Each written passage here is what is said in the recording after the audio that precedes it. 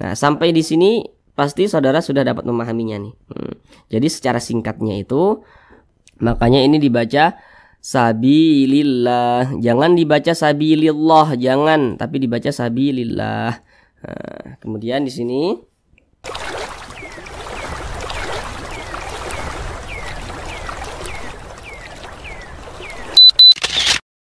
Assalamualaikum warahmatullahi wabarakatuh. Apakah Bapak Ibu Saudara semuanya masih terbata-bata dalam membaca Al-Quran, kemudian juga belum memahami ilmu tajwid Al-Quran?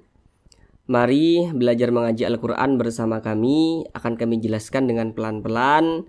Insya Allah Bapak Ibu Saudara semuanya, bagi yang belum lancar dalam membaca Al-Quran bisa segera lancar. Kemudian juga bagi yang belum memahami ilmu tajwid, insya Allah bisa langsung memahami ilmu tajwid Al-Quran dengan mudah. Namun sebelum itu kami doakan semoga Bapak Ibu Saudara semuanya senantiasa dalam keadaan sehat, dipermudah segala urusannya, dikabulkan segala hajatnya, dan senantiasa dilancarkan rezekinya oleh Allah Subhanahu wa Ta'ala. Amin, amin ya rabbal alamin. Baiklah, mari kita mulai belajar mengaji Al-Qur'annya. Kita kali ini akan belajar mengaji Al-Qur'an dengan penjelasan tajwidnya yang pelan-pelan, yakni pada surah Al-Baqarah ayat 190. Di sini akan kami bacakan terlebih dahulu dengan pelan-pelan. A'udzu billahi minasy syaithanir rajim. Bismillahirrahmanirrahim. Wa qatilu fi sabilillahi alladhina yuqatilunakum wa la ta'tadu. Innallaha la yuhibbul mu'tadin.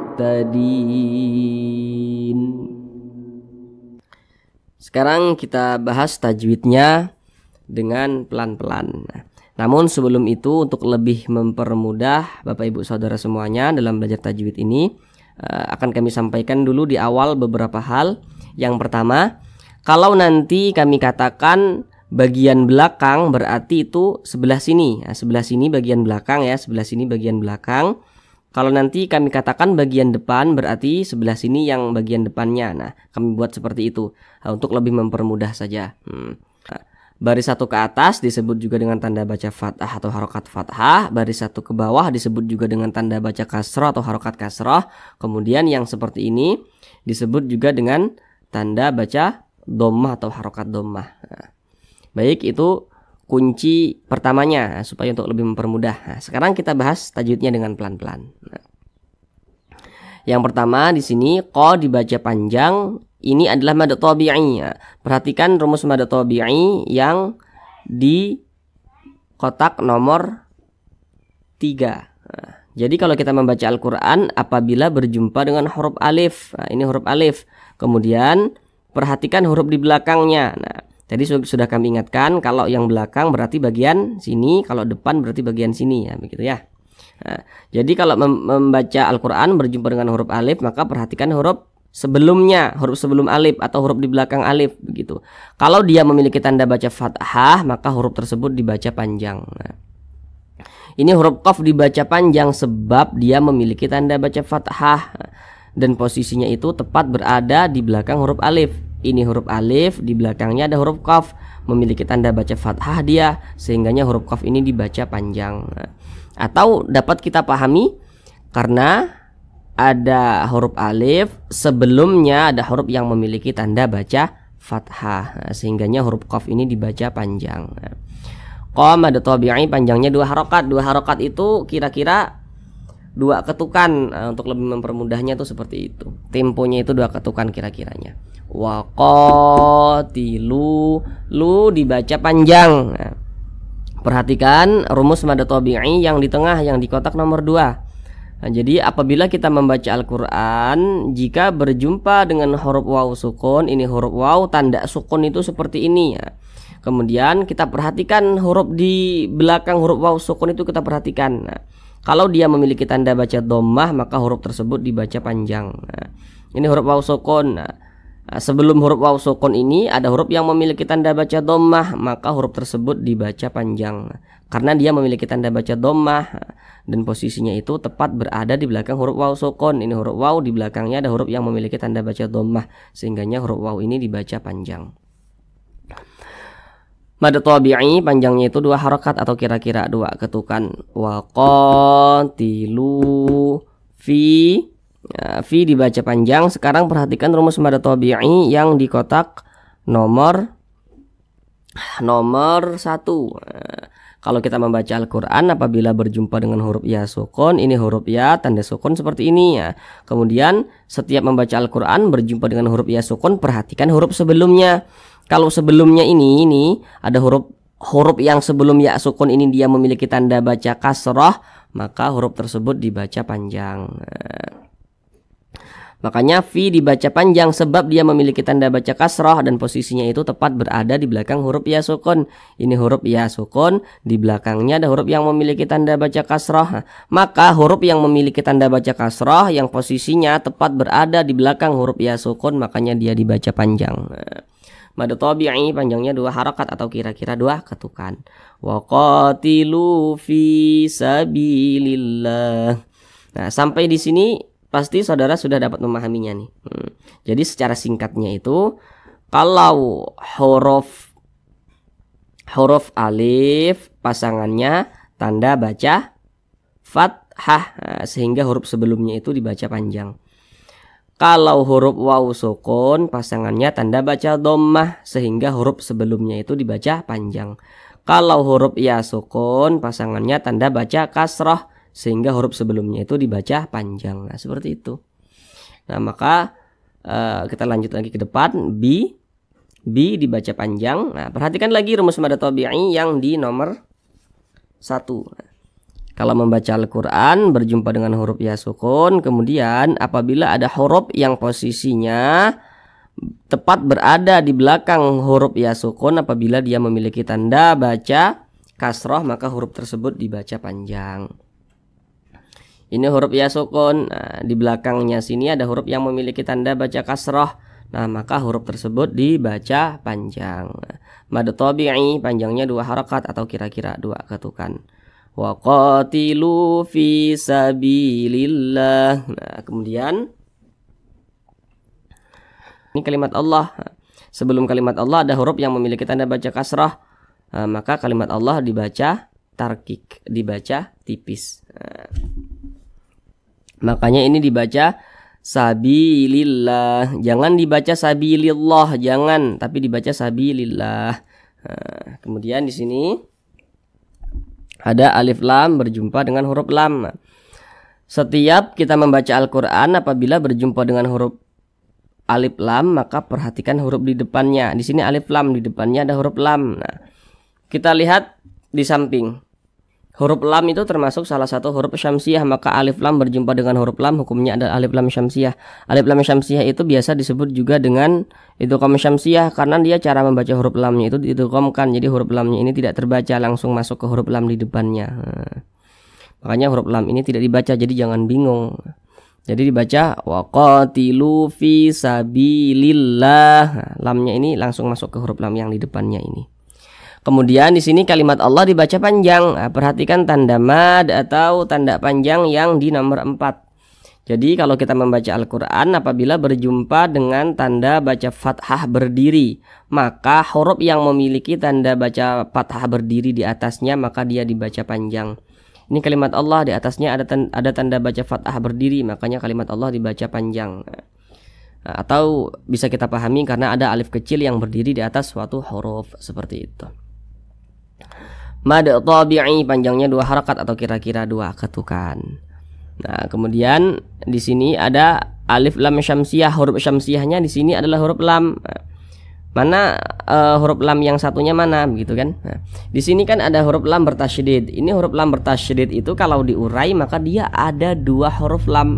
Sehingganya di sini alif lam syamsiah, maka huruf syamsiahnya adalah huruf lam.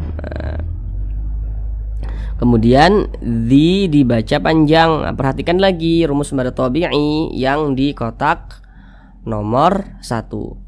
Kalau kita membaca Al-Quran, apabila berjumpa dengan huruf ya sukun, kemudian sebelum huruf ya sukun, apabila ada huruf yang memiliki tanda baca kasroh, maka huruf tersebut dibaca panjang. Nah, ini huruf ya sukun, sebelumnya ada huruf yang memiliki tanda baca kasroh, nah, maka huruf ini dibaca panjang begitu. Mad tabi'i panjangnya 2 harakat atau kira-kira 2 ketukan. Wa qatilu fi sabilillahil ladzina yuqatilunakum. Qa dibaca panjang. Perhatikan lagi rumus mad tabi'i yang di kotak nomor 3. Kalau kita membaca Al-Qur'an, apabila berjumpa dengan alif, ini huruf alif yang disambung dengan huruf qaf. Kalau kita membaca Al-Quran, apabila berjumpa dengan huruf alif, kemudian sebelum huruf alif ada huruf yang memiliki tanda baca fathah, maka huruf tersebut dibaca panjang. Nah, ini alif.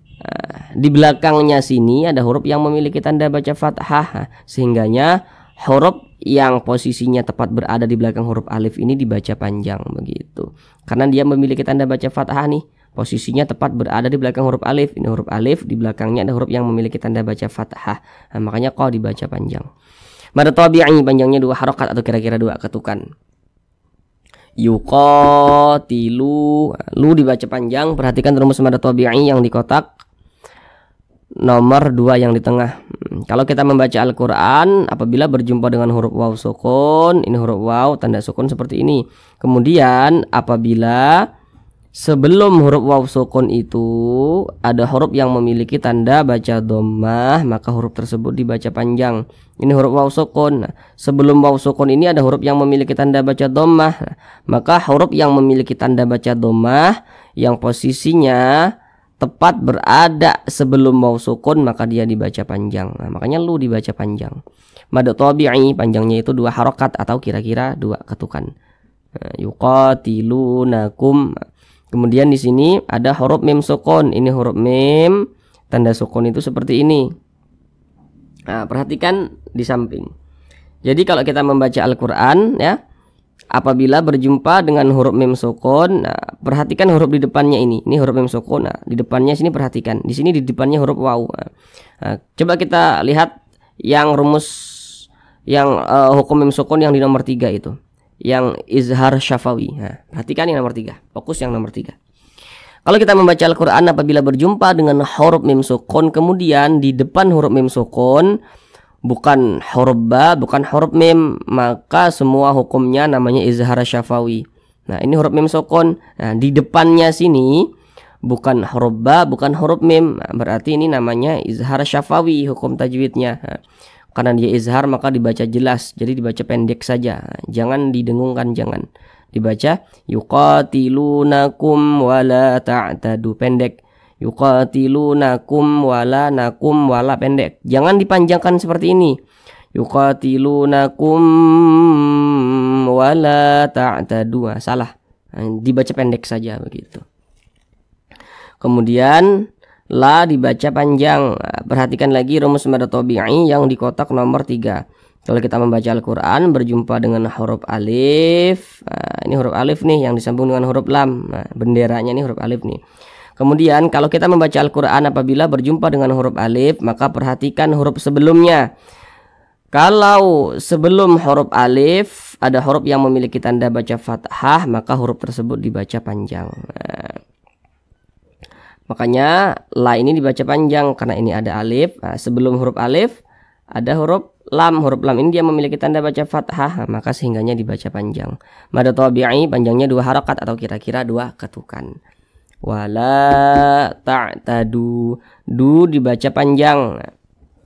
Perhatikan lagi rumus mad tabi'i yang di kotak nomor 2. Apabila kita membaca Al-Quran, jika berjumpa dengan huruf waw sukun, maka perhatikan huruf sebelumnya. Apabila sebelum huruf waw sukun ada huruf yang memiliki tanda baca dhammah, maka huruf tersebut dibaca panjang. Nah, ini huruf waw sukun, sebelumnya ada huruf yang memiliki tanda baca dhammah nih, ini huruf dal, maka huruf dal ini dibaca panjang. Mad tabi'i panjangnya 2 harokat atau kira-kira 2 ketukan. Wala ta'tadu. Kemudian di sini ada tanda waqaf, qaf dengan lam yang bermakna al-waqfu aula. Jadi maksudnya itu berwaqaf lebih utama. Jadi kalau menemukan tanda waqaf seperti ini, maka alangkah baiknya kita berwaqaf atau berhenti tepat di tanda waqaf ini, seperti itu. Kemudian di sini ada huruf nun bertasydid. Nah, perhatikan di samping huruf nun bertasydid, huruf mim bertasydid itu hukumnya gunnah musyaddadah. Nah, perhatikan catatan di bawahnya itu. Nah, itu sengaja kami buat catatan di bawahnya itu supaya nanti saudara tidak bingung dalam menentukan hukum, tidak salah. Karena nanti tidak semua huruf nun bertasydid, tidak semua huruf mim bertasydid itu hukumnya gunnah musyaddadah. Tidak semua. Kalau misalkan kemasukan nun sukun atau kemasukan tanda baca tanwin begitu. Jadi supaya tidak bingung kami buat catatan di bawahnya itu. Itu nun bertasydid, mim bertasydid, gunnah musyaddadah dengan catatan jika huruf sebelum nun bertasydid dan huruf sebelum mim bertasydid itu ada huruf yang memiliki tanda baca kasrah, fathah atau dhammah, maka nun atau mim yang bertasydidnya itu adalah gunnah musyaddadah hukumnya. Supaya mudahnya kita lihat contohnya ini. Ini nun bertasydid. Nah, kita perhatikan sebelum huruf nun itu kita perhatikan. Nah, di sini sebelum ini huruf nun. Nah, sebelumnya di sini ada huruf yang memiliki tanda baca kasrah. Berarti nun bertasydidnya ini adalah gunnah musyaddadah. Seperti itu. Maka cara bacanya itu digunnahkan itu suaranya itu kita tahan ya, kita dengungkan, kita panjangkan sejenak. Nah, kita panjangkan. Innallah. Kemudian di sini ada kalimat Allah. Nah, setiap berjumpa dengan kalimat Allah maka perhatikan huruf di belakangnya ini, kita perhatikan. Nah, kalau di belakang kalimat Allah ini ada huruf yang memiliki tanda baca fathah, maka kalimat Allah dibaca tebal, dibaca tafkhim. Makanya ini dibaca innallaha la, jangan dibaca innallah, jangan, tapi ditebalkan innallah seperti itu. Beda dengan yang di atas ini tadi. Kalau yang di atas ini tadi ada kalimat Allah, sebelumnya ada huruf yang memiliki tanda baca kasrah, makanya kalimat Allah dibaca tipis. Sedangkan ini ada kalimat Allah, sebelum kalimat Allah ada huruf yang memiliki tanda baca fathah. Nah, makanya kalimat Allah dibaca tebal seperti itu. Nah, dia kalimat Allah itu dibaca tebal apabila sebelumnya ada huruf yang memiliki tanda baca fathah atau ada huruf yang memiliki tanda baca dhammah, maka kalimat Allahnya dibaca tebal. Dan di sini yang kita temui adalah kalimat Allah yang sebelumnya memiliki tanda baca fathah. Makanya dibaca tebal innallah. Kemudian di sini ada alif lam berjumpa dengan huruf lam. Perhatikan di samping huruf lam termasuk salah satu huruf syamsiyah, maka alif lam berjumpa dengan lam hukumnya adalah alif lam syamsiyah. Kemudian kalimat Allah dibaca panjang. Perhatikan tanda mad atau tanda panjang yang di nomor 4. Jadi kalau kita membaca Al-Quran, apabila berjumpa tanda baca fathah berdiri, maka huruf yang memiliki tanda baca fathah berdiri di atasnya maka dia dibaca panjang. Ini kalimat Allah, di atasnya ada tanda baca fathah berdiri, maka kalimat Allah dibaca panjang. Atau dapat kita pahami karena ada alif kecil yang berdiri di atas suatu huruf, maka sehingganya kalimat Allah ini dibaca panjang. Mad tabi'i panjangnya 2 harokat atau kira-kira 2 ketukan. Innallaha la dibaca panjang. Perhatikan rumus mad tabi'i yang di kotak nomor 3. Kalau kita membaca Al-Quran, apabila berjumpa dengan alif, kemudian sebelum huruf alif ada huruf yang memiliki tanda baca fathah, maka huruf tersebut dibaca panjang. Ini huruf alif nih. Nah, sebelum huruf alif di belakangnya sini ada huruf yang memiliki tanda baca fathah, sehingganya huruf tersebut dibaca panjang. Mad tabi'i panjangnya 2 harokat atau kira-kira 2 ketukan. Innallaha la yuhibbul mu'tadin. Alif lam berjumpa dengan huruf mim. Perhatikan di samping huruf mim termasuk salah satu huruf qamariyah, maka alif lam berjumpa dengan huruf mim hukumnya adalah alif lam qamariyah. Alif lam qamariyah biasa disebut juga dengan izhar qamariyah karena dia cara membaca huruf lamnya ini dia dibaca jelas, terbaca begitu. Yuhibbul, dibaca huruf lamnya. Yuhibbul mu'tadin Din ini adalah mad arid li sukun. Namun sebelum itu perhatikan dulu rumus mad tabi'i yang di kotak nomor 1. Kalau kita membaca Al-Quran, apabila berjumpa dengan huruf ya sukun, kemudian sebelum huruf ya sukun ada huruf yang memiliki tanda baca kasroh, maka huruf yang memiliki tanda baca kasroh yang posisinya tepat berada sebelum huruf ya sukun, maka dia dibaca panjang. Ini huruf ya sukun. Sebelum huruf ya sukun ada huruf yang memiliki tanda baca kasrah nih. Maka huruf yang memiliki tanda baca kasrah ini dibaca panjang. Pada awalnya namanya mad tabi'i, kemudian mad tabi'inya itu berjumpa dengan huruf yang kita sukunkan atau yang kita matikan, maka namanya berubah menjadi mad arid li sukun. Panjangnya boleh 2 harokat, boleh 4 harokat hingga 6 harokat. Yang terpenting konsisten dalam sekali bacaan. Mana huruf yang kita sukunkan? Huruf nun. Ini kan kalau kita berwakaf tepat di huruf nun kita baca tadin, jangan tadina, tadin. Kenapa huruf nun ini kita matikan? Jadi apabila kita membaca Al-Quran kemudian kita berwakaf atau berhenti tepat di huruf yang tidak dibaca panjang, maka huruf tersebut harus kita sukunkan, harus kita matikan. Ini kita membaca Al-Quran, kita berwakaf atau berhenti tepat di huruf nun tidak dibaca panjang, makanya kita sukunkan atau kita matikan sehingga dibaca tadin, jangan tadina tapi tadin gitu. Nah, sekarang kita ulang bersama-sama sekali lagi dari awal. Bismillahirrahmanirrahim. Wa qatilu fi sabilillahi alladhina yuqatilunakum wa la ta'tadu. Innallaha la yuhibbul mu'tadin. Shadaqallahul azim.